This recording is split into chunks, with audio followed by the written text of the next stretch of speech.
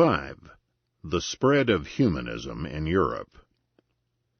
The newly fashionable Italian humanism, marked by its philological and literary devotion to the classical texts, its absolutist political thought, and its contempt for the systematic thinking and natural law doctrines of the scholastics, spread like wildfire to the north, to France, England, Germany, and the Netherlands during the 15th century. This conquest of northern scholarship and northern universities by the 16th century was nearly as influential as the upsurge of the Protestant Reformation in putting an end to scholastic thought, and in paving the way for the dominance of the absolute state. There was one important difference, however, in the political thought taken over by the northern humanists. In countries such as France, Germany, and England, where the king was acquiring ever more centralized and dominant power, all discussion of the virtues of oligarchic republicanism seemed like bizarre and irrelevant blather. For the northern humanists, in contrast, were solidly committed to the prince, although, of course, to the virtuous pre-Machiavellian prince, and to themselves as sage counselors to power. The first Italian humanist to teach in France, and to cause a sensation in so doing, was the Neapolitan Gregorio da Tiferna, circa 1415 to 1466, who arrived at the University of Paris in 1458 to become its first professor of Greek. Other Italian humanists soon came to storm successfully that venerable redoubt of medieval and early Renaissance scholasticism. Filippo Beroaldo, circa 1440 to 1504, came in 1476 to lecture on poetry, philosophy, and humanist studies. Particularly influential at the University of Paris was Fausto Andrelini, circa 1460 to 1518, who taught at the University of Paris for 30 years, beginning in 1489, winning great fame for his classical scholarship on the Latin poets and essayists. Humanism penetrated England beginning with Pietro del Monte, died 1457, who from 1435 to 1440 was a collector of papal revenues in England, and more importantly was a literary adviser to Duke Humphrey of Gloucester, brother to King Henry V, who became the first English patron of humanism. Gloucester brought an Italian rhetorician into his household, and he collected a remarkable library, including all the major humanist texts, many of which he later presented to Oxford University. Oxford and Cambridge also served as the home for Italian humanist scholars in the later 15th century. The Milanese scholar Stefano Surigoni flourished 1430 to 1480, taught grammar and rhetoric at Oxford between 1454 and 1471, and Cornelio Vitelli, circa 1450 to 1500, became the first professor of Greek at an English university, coming to teach at New College, Oxford in the 1470s. The Italian humanist Lorenzo da Savona taught at Cambridge in the 1470s and published a handbook on rhetoric in 1478, which went into 2 printings by the end of the century. And Caio Alberino, flourished 1450 to 1500, became official professor of rhetoric at Cambridge and taught Latin literature there in the 1480s. Humanism also came to Northern Europe because many young scholars, often inspired by Italian professors in their country, traveled to Italy to learn the new humanism at its source. Thus Robert Gauguin, 1435 to 1501, after being converted to humanism by the lectures of Gregorio da Tiferna, paid 2 extended visits to Italy in the late 1460s, and returned to become a distinguished French humanist at the Sorbonne in 1473, where he lectured on rhetoric and Latin literature, translated Livy, and published a treatise on Latin verse and the first history of France to be written in full rhetorical style. From England came William Grocyn, circa 1449 to 1519, a student of Vitelli at Oxford who studied humanism in Florence in the late 1480s. Grocyn returned to Oxford to become its first professor of Greek in 1491. William Latimer, circa 1460 to 1545, another young Oxford student, accompanied his friend Grocyn on his trip to Italy, and then went to the University of Padua to perfect his Greek studies. Soon after Grocyn's initial Oxford post, Latimer was appointed teacher at Magdalen College, Oxford, inaugurating Magdalen as a center of humanist studies. The most eminent of the Oxford travelers to Italy was John Colet, circa 1467 to 1519, a student of Grocyn at Oxford, who spent the years 1493 to 1496 in Italy. On his return from Italy, Colet, too, was appointed a professor at Oxford, and he delivered before the entire university a famous series of lectures on the epistles of St. Paul from 1498 to 1499. 6. Botero and the spread of Machiavellianism.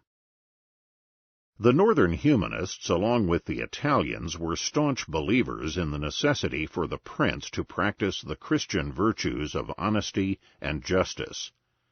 At about the same time that Machiavelli was writing his defense of the new pragmatic morality in The Prince, the greatest humanist of the age was penning a famous advice book to princes, sternly reiterating the Christian virtues.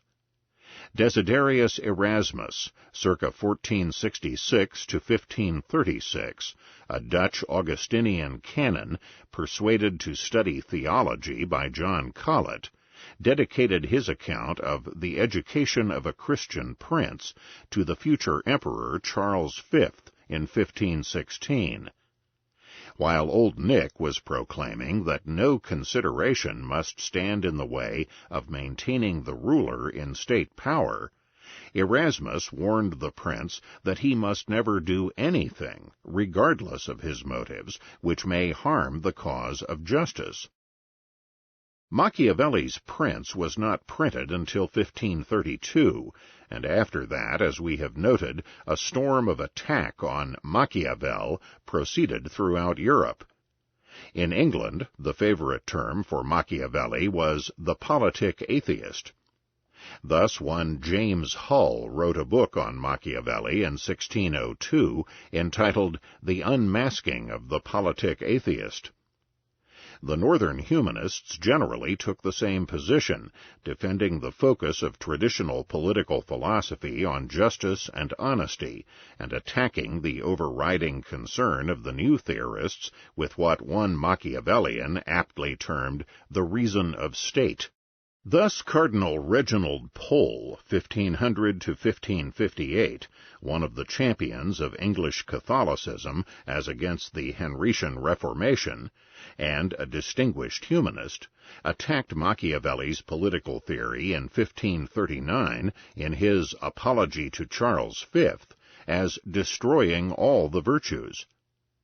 Roger Ascham, 1515 to 1568, another leading humanist and a long-time tutor to Queen Elizabeth in Greek and Latin, commented in horror in his Report and Discourse of the Affairs and State of Germany that Machiavelli taught that one may think, say, and do whatever may serve best for profit and pleasure.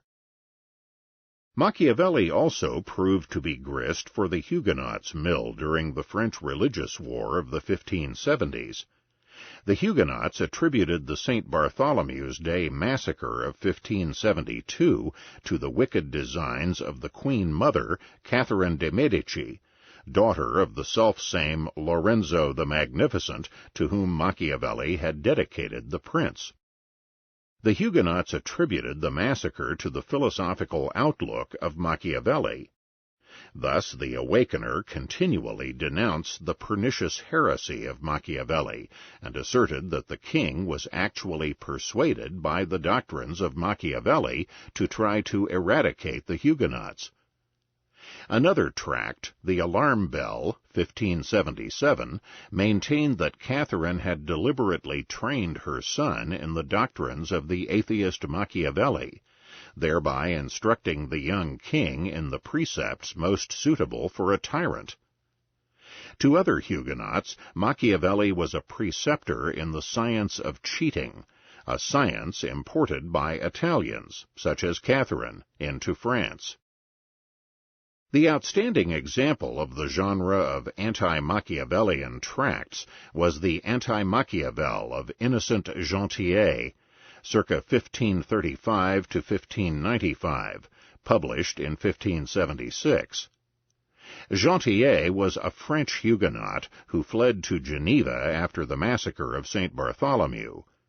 Machiavelli, he pointed out, was essentially a satanic writer of handbooks on how to become a complete tyrant. But still, the seductive nature of the new morality, of the justifying of evil means by the allegedly overriding end of maintaining and advancing state power, began to take hold among various writers. In Italy, a group of Machiavellians appeared during the 16th century, headed by Giovanni Botero, 1540 to 1617, and his treatise of 1589, The Reason of State. Botero was a leading humanist from Piedmont who joined the Jesuit order. It is indicative of the decay of scholasticism in Italy in this period that this proponent of reason of state, and hence opponent of natural law ethics in political life, should have been a member of the great Jesuit order. Since Machiavelli was scarcely popular in Europe, especially in Catholic circles, Botero took care to attack Machiavelli explicitly and pro forma. But that was merely a ritualistic cover for Botero's adoption of the essence of Machiavellian thought. While beginning by paying lip service to the importance of the prince's cleaving to justice, Botero quickly goes on to justify political prudence as crucial to all government, then defines the essence of prudence, that, in the decisions made by princes, interest will always override every other argument. All other considerations, such as friendship, treaties, or other commitments, must go by the board. The overall view of Botero is that a prince must be guided primarily by reason of state, and that actions so guided cannot be considered in the light of ordinary reason.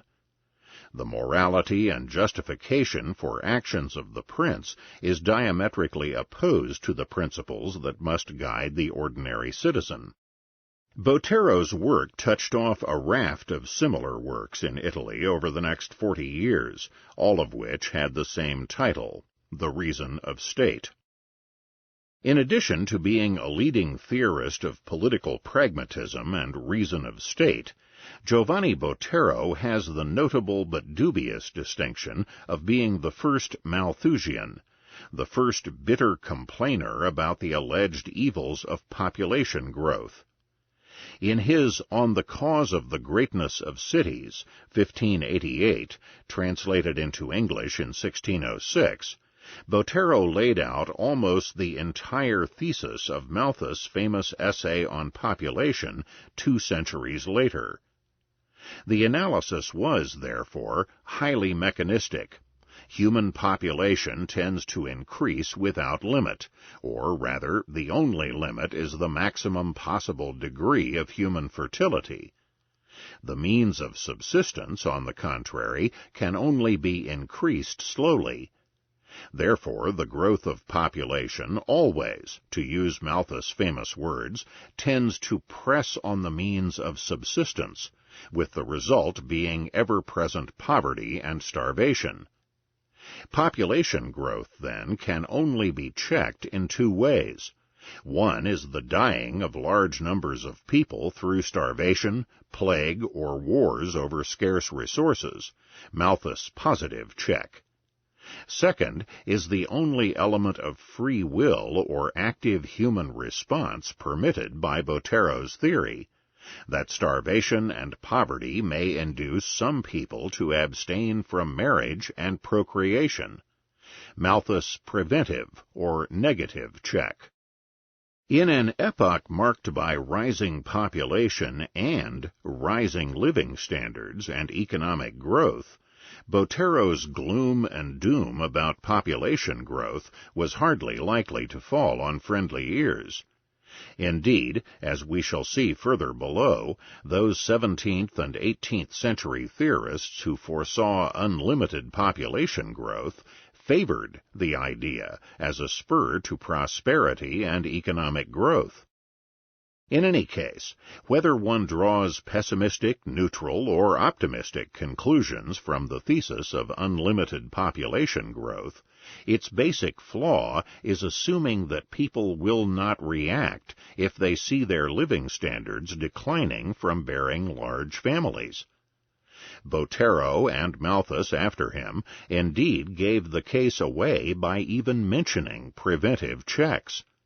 For if people will lower the number of children when faced with absolute destitution, why may they not lower it long before that? And if so, no such mechanistic tendency can be postulated. Historically, indeed, the facts totally contradict the gloomy Malthusian forecasts. Population only tends to rise in response to greater economic growth and prosperity, and the consequent rise in living standards, so that population and standards of living tend to move together, rather than in diametric opposition. This rise in population generally comes in response to falling death rates caused by the better nutrition, sanitation, and medical care attendant on higher living standards. The dramatic declines in death rates lead to accelerated population growth, roughly measured by birth rate minus death rate. After a few generations, the birth rate usually falls, as people act to preserve their higher living standards, so that population growth then levels off.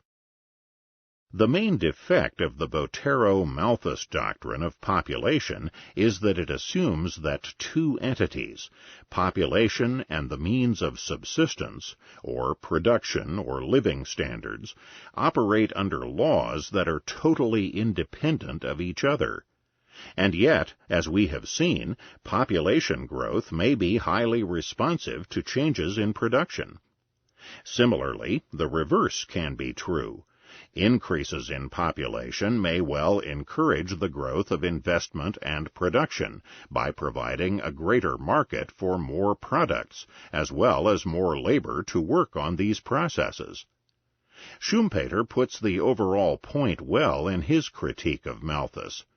There is, of course, no point whatever in trying to formulate independent laws for the behavior of two interdependent quantities.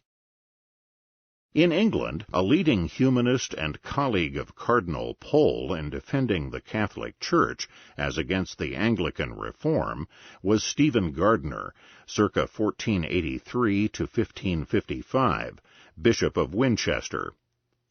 Gardiner, in contrast to Pole, was the first northern humanist to take a pro-Machiavellian line.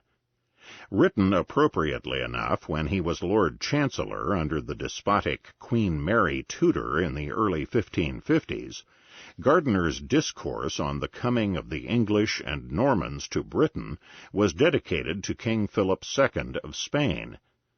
Written as an advice book to King Philip on the eve of his marriage to Queen Mary, the book counseled the king on how to govern England. Gardiner openly endorsed Machiavelli's view that it was far more important for a prince to appear virtuous than actually to be so. It is useful, opines Gardiner, for the prince to appear merciful, generous, and observant of faith, but any ruler who really feels bound to actually observe such qualities would come to more harm than good. An ardent, if implicit, disciple of Machiavellianism was the prominent late 16th century Belgian classical scholar and humanist Justus Lipsius, 1547 to 1606. Lipsius had moved from Antwerp to Leyden in Holland to avoid the rigors of the war against Spanish rule. In 1589, in Leyden, Lipsius published his 6 books of politics. The prince, wrote Lipsius, must learn how to engage in profitable deceit, and judiciously be able to intermingle that which is profitable with that which is honest. Reason of state was again triumphant.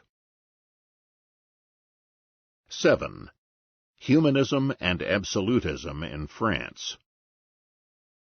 Before humanism made its mark in France, political thought was medieval rather than absolutist. Thus, near the end of his life, the prominent royal bureaucrat, jurist, and churchman, Claude de Seyssel, circa 1450 to 1520, published a treatise on monarchy summing up the post-medievalist perspective in politics. He wrote The Monarchy of France on the death of King Louis XII in 1515, and presented it to the new king, Francis I.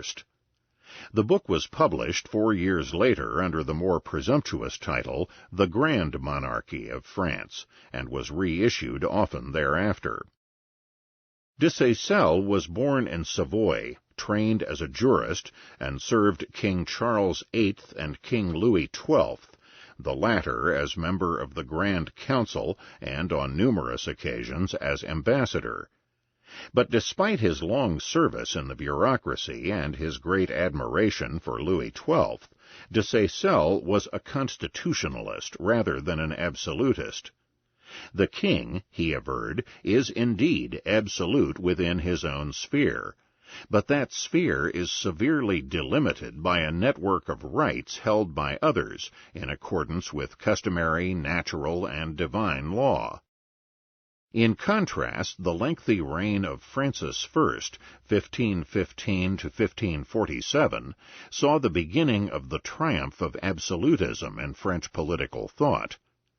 This new trend was launched by the leading humanist in France, Guillaume Boudet, 1467 to 1540.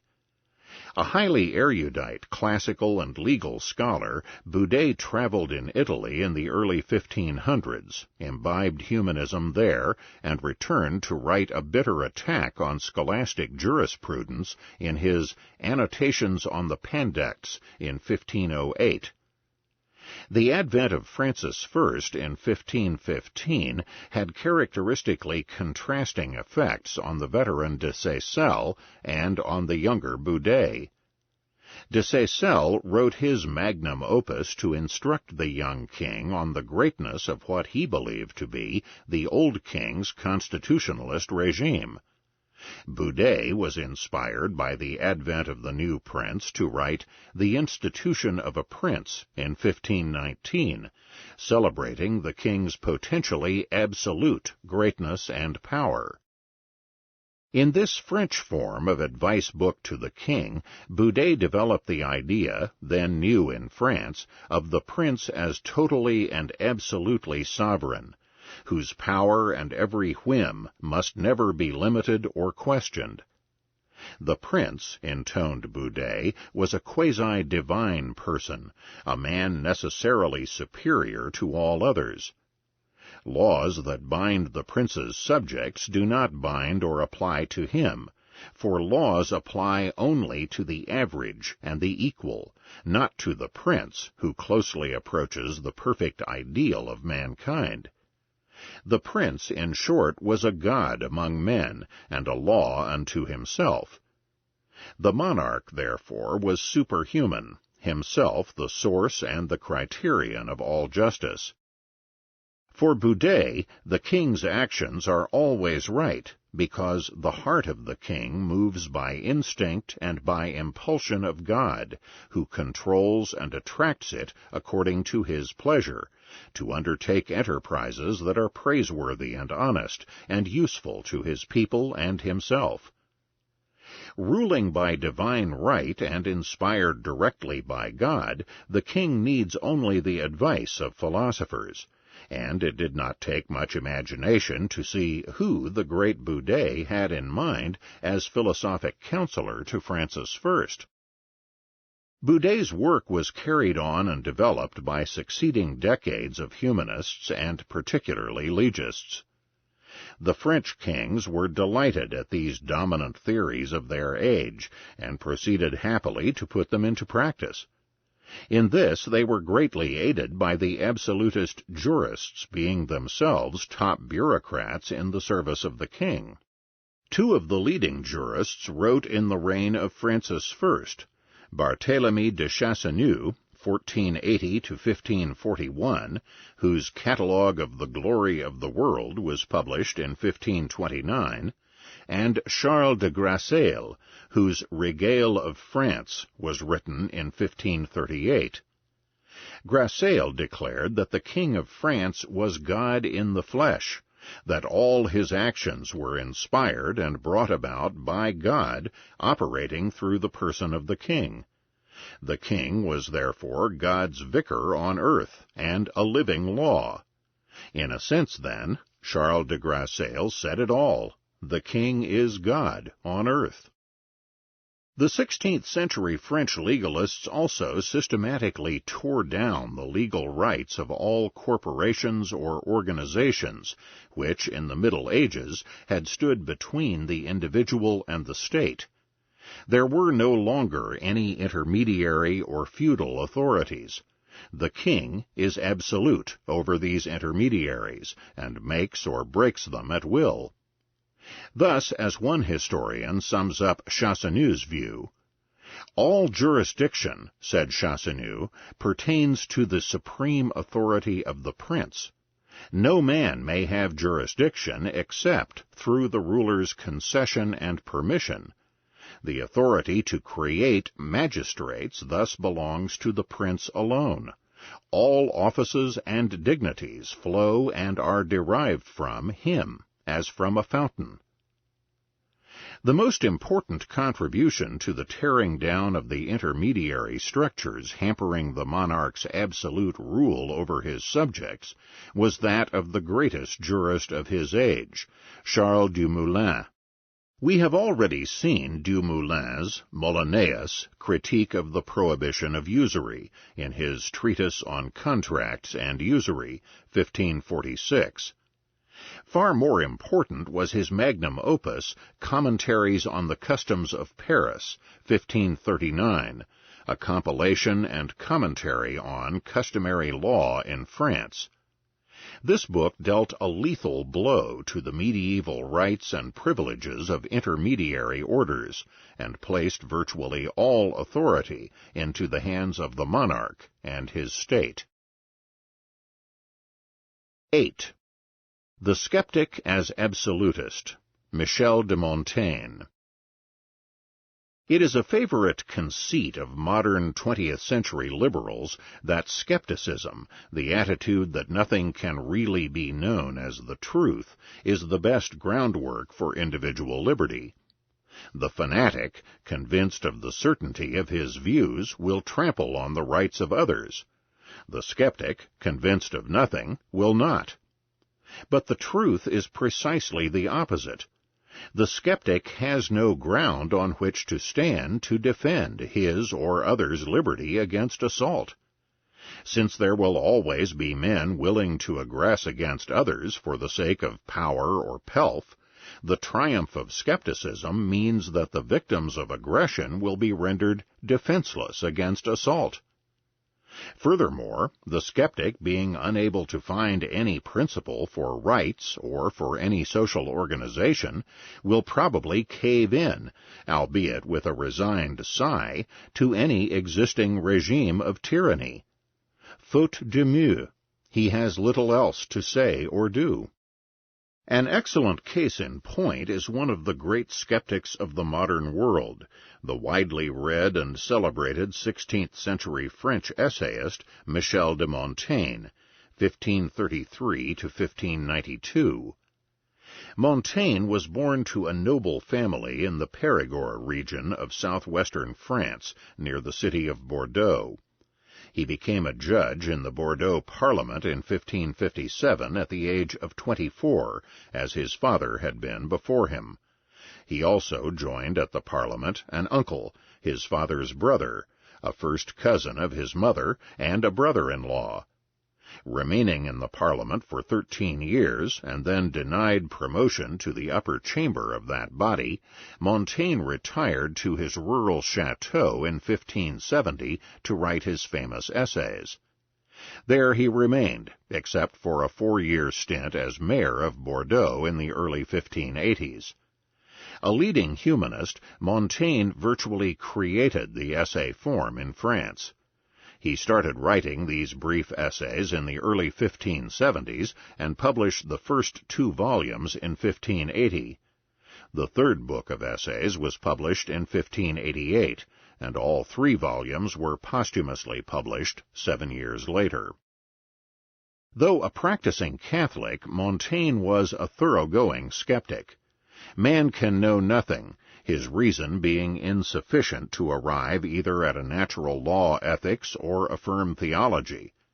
As Montaigne put it, reason does nothing but go astray in everything, and especially when it meddles with divine things.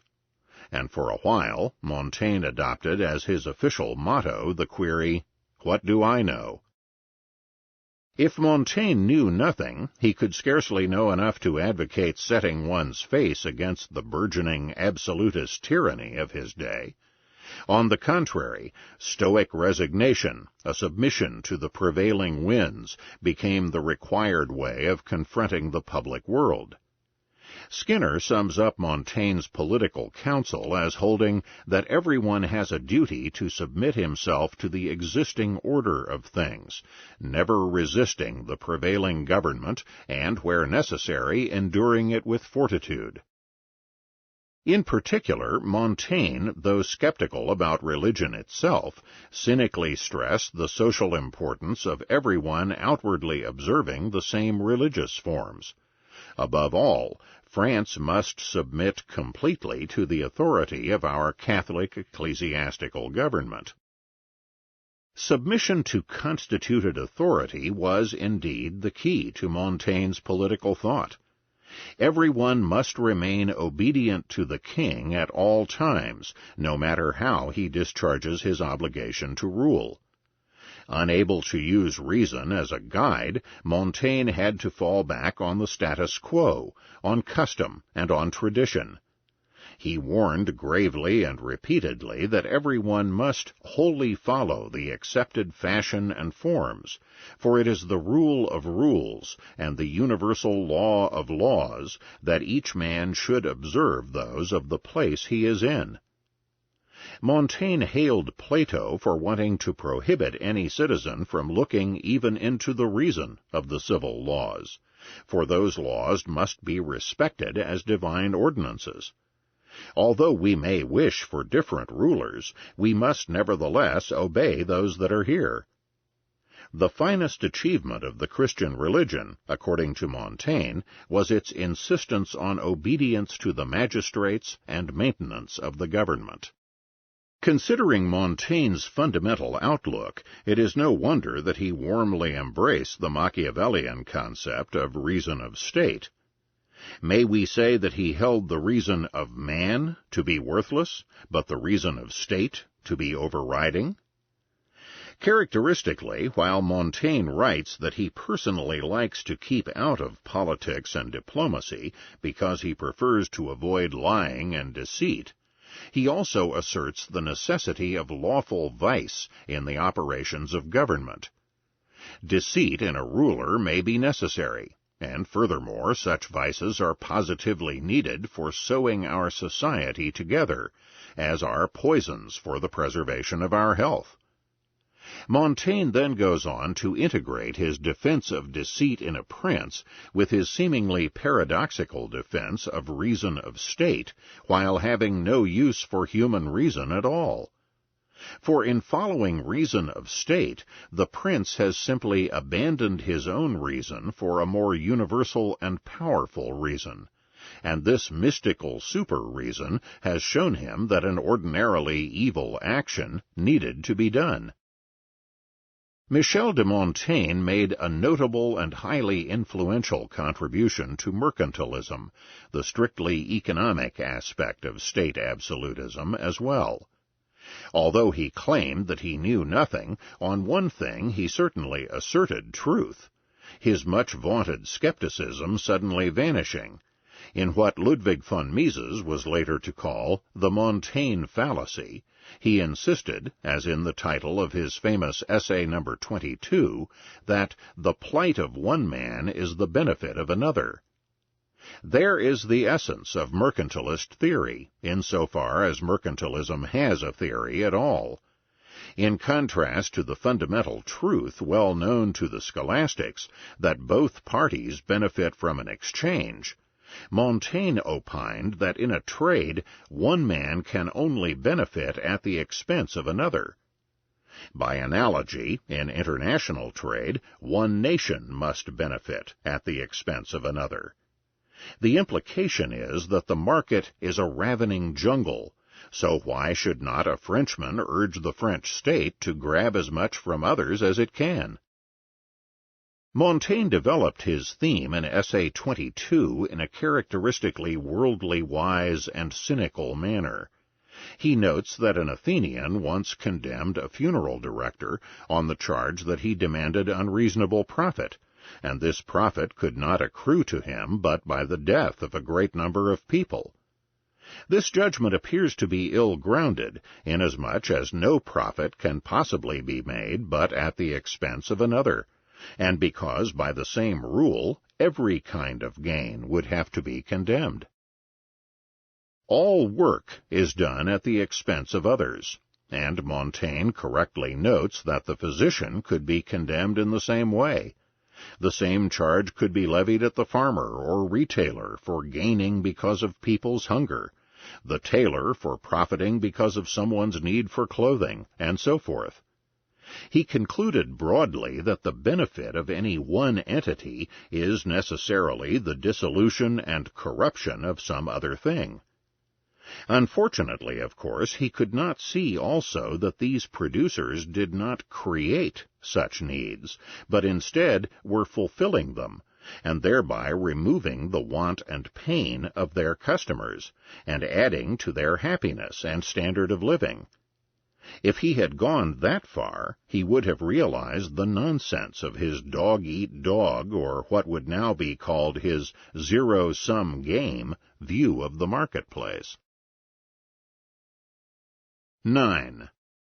Jean Bodin, apex of absolutist thought in France. While Montaigne paved the way for the dominance of absolutist thought in France, surely the founder, or at least the locus classicus of 16th-century French absolutism, was Jean Bodin, 1530 to 1596. Born in Angers, Bodin studied law at the University of Toulouse, where he taught for 12 years. Bodin later went to Paris to become a jurist, and soon became one of the leading servitors of King Henry III, and one of the leaders of the statist Politique party, which upheld the power of the king as against the principled militants among the Huguenots on one side, and the Catholic League on the other. Bodin's most important work was The 6 Books of a Commonwealth, 1576. Perhaps the most massive work on political philosophy ever written, The 6 Books was certainly the most influential book on political philosophy in the 16th century. In addition to this work, Bodin published books on money, law, the historical method, natural science, religion, and the occult. Central to Bodin's theory of absolutism, written in the face of the challenge of Huguenot rebellion, was the notion of sovereignty, the unchallengeable power of command in the monarch ruling over the rest of society. Characteristically, Bodin defined sovereignty as the most high, absolute, and perpetual power over the citizens and subjects in a commonwealth. Central to sovereignty in Bodin was the sovereign's function as lawgiver to society, and the essence of lawmaking was command, in exercise of will with binding force. Since the sovereign is the maker or creator of the law, he must therefore be above that law, which applies only to his subjects and not to himself. The sovereign, then, is a person whose will creates order out of formlessness and chaos. The sovereign, furthermore, must be unitary and indivisible, the locus of command in society. Bodin explains that we see the principal point of sovereign majesty and absolute power to consist in giving laws to subjects in general without their consent.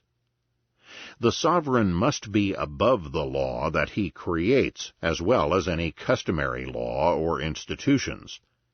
Bodin urged the sovereign prince to follow God's law in framing his edicts, but the important point was that no human action or institution could be employed to see that the prince follows the divine path, or to call him to account. Bodin, however, called upon the prince to rely for advice or counsel on a small number of wise advisers, men who, allegedly lacking motives of self-interest, would be able to aid the king in legislating for the public good of the entire nation. In short, a small elite of wise men would share in the sovereign power behind the scenes, while publicly the sovereign would hand down decrees as if solely the product of his own will. As Keown writes, in Bodin's system, the monarch's dependence on his counselors is hidden by the impressive and satisfying fiction that the law is handed down by one benevolent, absolute, superhuman will. It is hardly far-fetched to conclude that Bodin, court politician and jurist, saw himself as one of the sages running government from behind the scenes. Plato's ideal of combined philosopher-king had now been transformed into the more realistic, and, for Bodin, more self-serving goal of philosopher guiding the king. And all this cloaked in the illusory assumption that such a court philosopher has no self-interest in money or power in his own right. Bodin also envisaged a broad role for various groups to participate in the government of the Commonwealth, as well as a wide scope for bureaucrats and administrators. The crucial point is that all be subordinated to the power of the king. It is often true that political analysts are at their most acute in revealing the flaws in systems with which they disagree. Accordingly, one of Bodin's keenest insights was his examination of the popular democracies of the past. Bodin points out that if we rip up all the popular states that ever were, and closely examine their real condition, then we shall find that the alleged rule of the people was always rule by a small oligarchy. Anticipating such perceptive late 19th century theorists of the power elite, or ruling class, as Robert Michel, Gaetano Mosca, and Vilfredo Pareto, Bodin pointed out that in reality rule is always exercised by an oligarchy, for whom the people serves but for a mask. There is a curious lacuna, however, in the agenda of absolutist power proclaimed by Jean Bodin. That lacuna lies in an area always crucial to the practical exercise of state power: taxation. We have seen that before the 14th century, French monarchs were expected to live off their own seigneurial rents and tolls, and that tax levies were only granted begrudgingly and in emergencies. And while a regular and oppressive system of taxation was in place in France by the early 16th century, even the royal and absolutist theorists hesitated to grant the monarch the unlimited right to tax. In the late 16th century, both the Huguenots and the Catholic Leaguers bitterly condemned the arbitrary power of the king to tax as a crime against society. As a result, Bodin and his fellow establishment politiques were reluctant to play into the hands of the king's enemies. Like the French writers before him, then, Bodin inconsistently upheld the rights of private property, as well as the invalidity of the king's taxing his subjects without their consent. It is not in the power of any prince in the world at his pleasure to raise taxes upon the people, no more than to take another man's goods upon him. Bodin's notion of consent, however, was scarcely a thoroughgoing or radical one. Instead, he was content with the existing formal agreement to taxation by the States General. Bodin's own actions as a deputy from the Vermandois at the States General meeting at Blois, 1576 and 1577, emphatically stress the limited taxes aspect of his consistent attitude toward sovereignty. The king had proposed to substitute a graduated income tax on all commoners with no exemptions, what might now be called a flat tax with bumps, for the myriad of different taxes they then were forced to pay. Curiously enough, this scheme was almost precisely the one which Bodin himself had publicly advocated a short while before. But Bodin's opposition to the king's proposal displayed his shrewdly realistic attitude toward government. He noted that the king could not be trusted when he said this tax would be substituted for the tailles, aides, and gabelles. Rather, it was much more likely that the king was plotting to make this an additional tax. Bodin also engaged in a perceptive interest analysis of the reason that the Parisian deputies had taken the lead in support of the new higher tax. For he showed that the Parisians had not been paid any interest on their government bonds for a long while, and were hoping that the higher taxes would allow the king to resume his payments.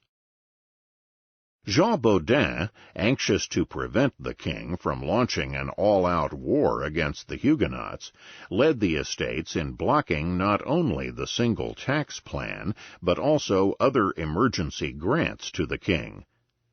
Bodin pointed out that temporary grants often became permanent. He also warned the king and his countrymen that one cannot find more frequent upsets, seditions, and ruins of commonwealths than because of excessive tax burdens and imposts. Among the absolutist writers following Bodin, the 17th-century servitors of the absolute state, all hesitance or piety to the medieval legacy of strictly limited taxation was destined to disappear. State power, unlimited, was to be glorified. In the more narrowly economic sphere of the theory of money, Bodin, as we have seen above, has long been credited by historians with pioneering the quantity theory of money, more strictly, the direct influence of the supply of money on prices, in his Response to the Paradoxes of Monsieur de Malestroit, 1568.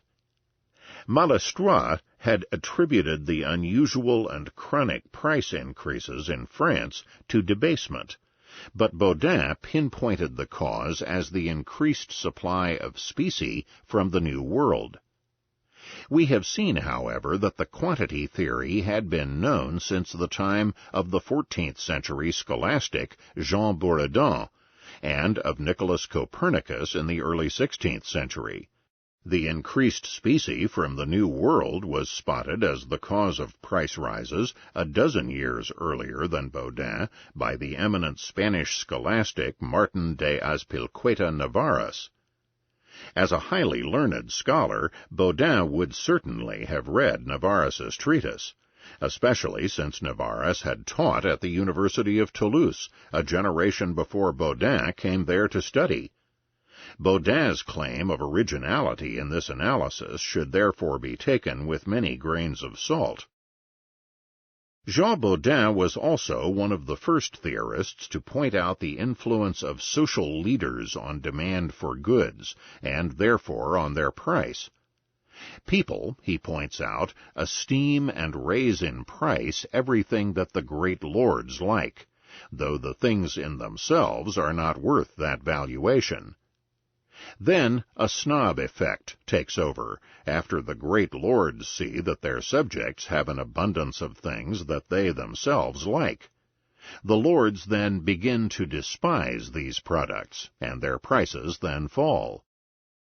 Despite his numerous keen economic and political insights, however, Bodin was ultra-orthodox in his view of usury, ignoring the work of his near contemporary Dumoulin, as well as the Spanish scholastics. Interest-taking was prohibited by God, according to Bodin, and that was that. 10. After Bodin. Jean Bodin's exaltation of sovereignty struck French political thought like a thunderclap. Here at last was a way to justify and expand the ever-increasing powers of the crown. In particular, the new view was adopted and subtly transformed by writers who were far more absolutist in practice than was Bodin himself. The one element that Bodin's veneration of sovereignty lacked was the Protestant notion of divine sanction, for to Bodin, absolute sovereignty was simply a fact of nature. Other politiques, however, soon added the missing ingredient, since they had long been accustomed to think of rule as by divine right. The idea of the king's rule being commanded by God was a familiar one in the 16th century. None, however, had extended kingly rule to the notion of absolute sovereignty created by Bodin. The most important immediate follower of Bodin was Pierre Grégoire, in his De Republica, 1578. The king, for Grégoire, was God's appointed vicar in the temporal sphere, and his rule was under the constant influence of God's will. The king's command was therefore equivalent to God's, and was equally owed absolute obedience by his subjects. The prince is the image of God, in power and in authority, wrote Grégoire. Bodin and others had still retained the idea that true justice was a concept separate and apart from the king's edicts, so that the king's actions could well be unjust. No one, however, was allowed to obstruct or disobey such actions. But in the doctrine of the Gallicized Scot Adam Blackwood, the two concepts became almost totally conflated. Adversus Georgii Buchanani, 1581.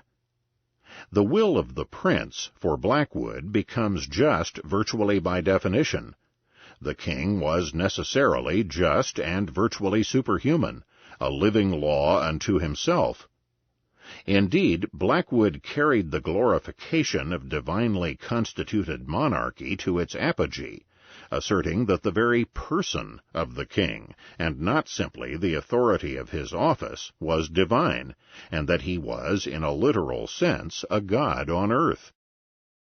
As its title indicates, Blackwood's work was written as an attack on his fellow Gallicized Scot, the radical Calvinist George Buchanan.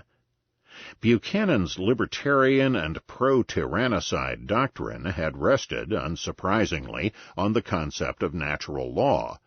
and so Blackwood denounced natural law as a source of anarchistic liberty, prompting in its believers an aversion to law and to political authority. Against natural law, Blackwood upheld the jus gentium, the positive law of nations, as the explanation and justification of political authority.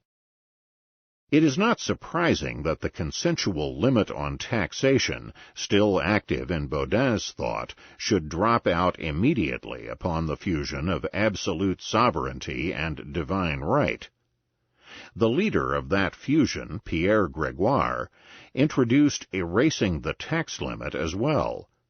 Whereas even Bodin had conceded that natural law established a right to private property, with Grégoire, natural law only ratifies the unchecked power of the king. For Grégoire, the king had the unlimited prerogative to levy taxes, since the good of the state is higher than the property rights of the individual. Indeed, the king possessed by divine grant an absolute authority over all the persons and properties of his subjects. To avoid confusion, therefore, or any implication of consent to taxation, the States General should be abolished altogether. It was indeed Adam Blackwood who uniquely and radically reached the clarity of consistency on the ruler's right to tax. For if property rights are important, and the king has the absolute right to tax or otherwise seize private property at will, then this must mean that all lands were originally held by the king, and were granted by him to others, and the granting of fiefs by the king was but a partial transfer. All lands owed tribute to him, and remained subject to his authority. In short, in an odd version of the state of nature, only the king had original or continuing property rights. All other seeming property rights are simply allowances by the king, temporary possessions that are regulatable by the king and revocable by him at any time. Whereas Adam Blackwood had been a lone extremist in absolutism in the early 1580s, a host of royalist pamphleteers were soon adopting his views.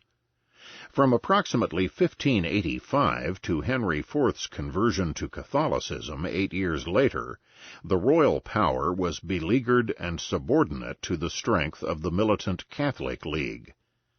The royalist writers therefore felt obliged to push the divine sanction of the sovereign to the maximum in order to eliminate any power of the Pope in France, and to counsel absolute obedience to any legitimate sovereign, regardless of his religion. The king had absolute authority over the Catholic Church in France as well as all other institutions. Thus, François Le Jay, on the Dignity of Kings, 1589, asserted that kings were established for the honor and service of God, and that subjects should obey their rulers as they would a god on earth.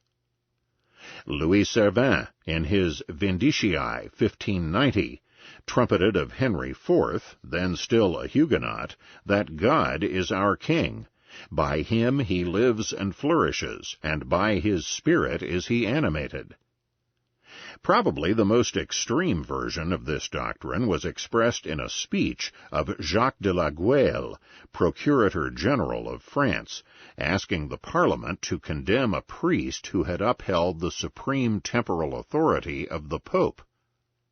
Sirs, the authority of the king is sacrosanct, ordained by God, the principal work of his providence, the masterpiece of his hands, the image of his sublime majesty, and proportionate to his immense grandeur, so as to bear comparison of the creature with the Creator. For just as God is by nature the first king and prince, so is the king, by creation and imitation, God of all on earth. The subjects, according to these Henrician absolutists, owed this quasi-divine figure absolute obedience. These writers developed the Blackwoodian theme that the king's decrees were ipso facto and necessarily just. Jacques Hurol, in his On the Offices of State, 1588, developed this doctrine most clearly. Hurol explained that the prince was guided by the hand of God and therefore could do no wrong. The ruler was not simply a man, but justice itself, which he dispensed according to the will of God. The constitution of the state was subordinated in Hurol to two simple points: the prince's necessarily just commands and the obedience of his subjects. The ruler commands and the subjects obey. Period. Furthermore, in reaction to the leaguer emphasis on the people, the Royalists counseled the king not to allow naturally restless subjects much liberty. Since the Politiques and Henry IV triumphed shortly thereafter, these ultra-absolutist views of the embattled Henrician pamphleteers inspired and were followed fairly completely by the dominant theoreticians of the great age of absolutism, 17th century France.